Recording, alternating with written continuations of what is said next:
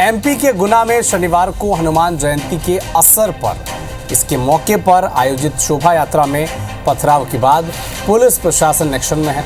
तो इधर कांग्रेस बीजेपी के बीच कानून व्यवस्था को लेकर वार पलटवार लगातार जारी है। इसी पर आधारित एक रिपोर्ट आप देखें।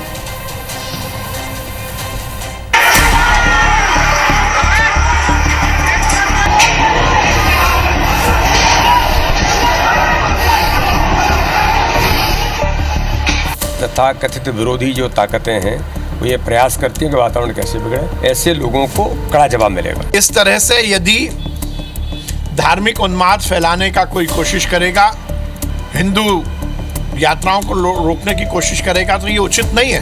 कानून को अपने हाथ में इनके लोग लेते हैं और जब ये लोग कानून को हाथ में लेते हैं तो रिएक्शंस होते हैं।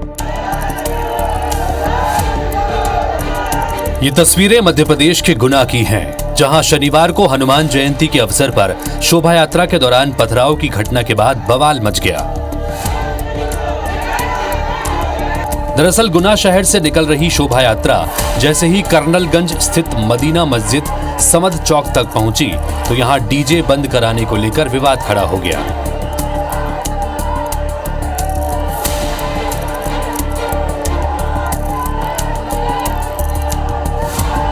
मामला इतना बढ़ा कि शोभा यात्रा पर पत्थरबाजी शुरू हो गई, जिससे अफरा तफरी का माहौल बन गया और लोग अपनी जान बचाकर भागने लगे।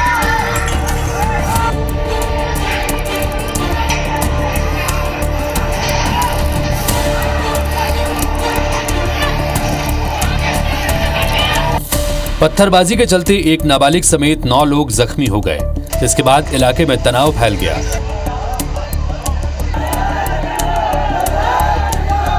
देर रात तक लोग कोतवाली थाने में एफआईआर दर्ज करने को लेकर अड़े रहे, जिसके बाद पुलिस ने एफआईआर दर्ज कर ली। गुना विधायक पन्नालाल शाक्य ने कठोर कार्रवाई की मांग की।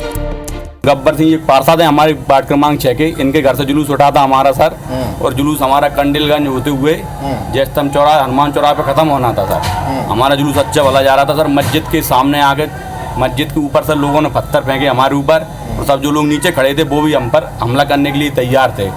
और सर कुछ लोग हमारे लोगों पर ऊपर से ईंटें फेंकी, कुछ बच्चे चोटिल हुए हैं सर, टाँके भी आए उनके, वो भर्ती हैं। कोई भी व्यक्ति हो उसे चिन्हित करके एफआईआर के दायरे में लाना चाहिए, ये हमने कह दिया साहब से, और ने उसका आश्वासन भी दिया कि बिल्कुल ठीक सब पे करेंगे, आप निश्चिंत रहिए। विवाद क्या कहाँ पे हुई मुझे नहीं मालूम, मैं तो विवाद ना हो, विवाद समाप्त हो जाए, शांति बने रहे, इसके लिए।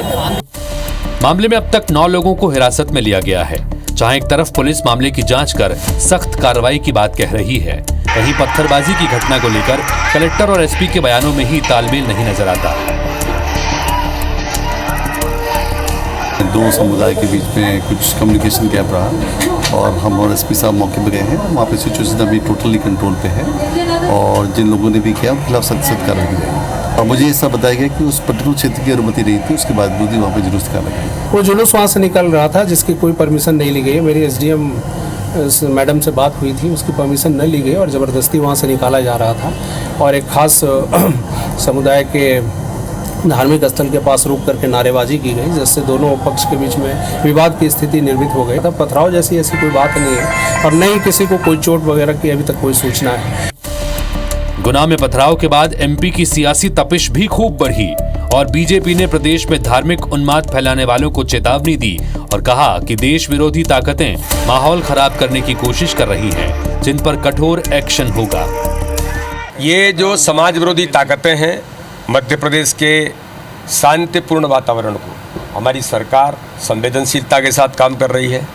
सभी समाज वर्गों को साथ में लेकर के काम कर रही है। तो विरोधी जो ताकतें हैं वो ये प्रयास करती हैं कि वातावरण कैसे बिगड़े। तो समाज तत्पर है, सक्रिय है, सरकार भी अलर्ट है, ऐसे लोगों को कड़ा जवाब मिलेगा। इस तरह से यदि धार्मिक उन्माद फैलाने का कोई कोशिश करेगा और इस तरह से त्योहार और हिंदू यात्राओं को रोकने की कोशिश करेगा, तो ये उचित नहीं है। जो दोषी हैं उन पर कार्रवाई होगी। गुना में शोभा यात्रा पर हुए पथराव के खिलाफ बीजेपी ने जहां एक्शन की चेतावनी दी है, तो कांग्रेस प्रदेश की कानून व्यवस्था पर सवाल खड़े कर रही है।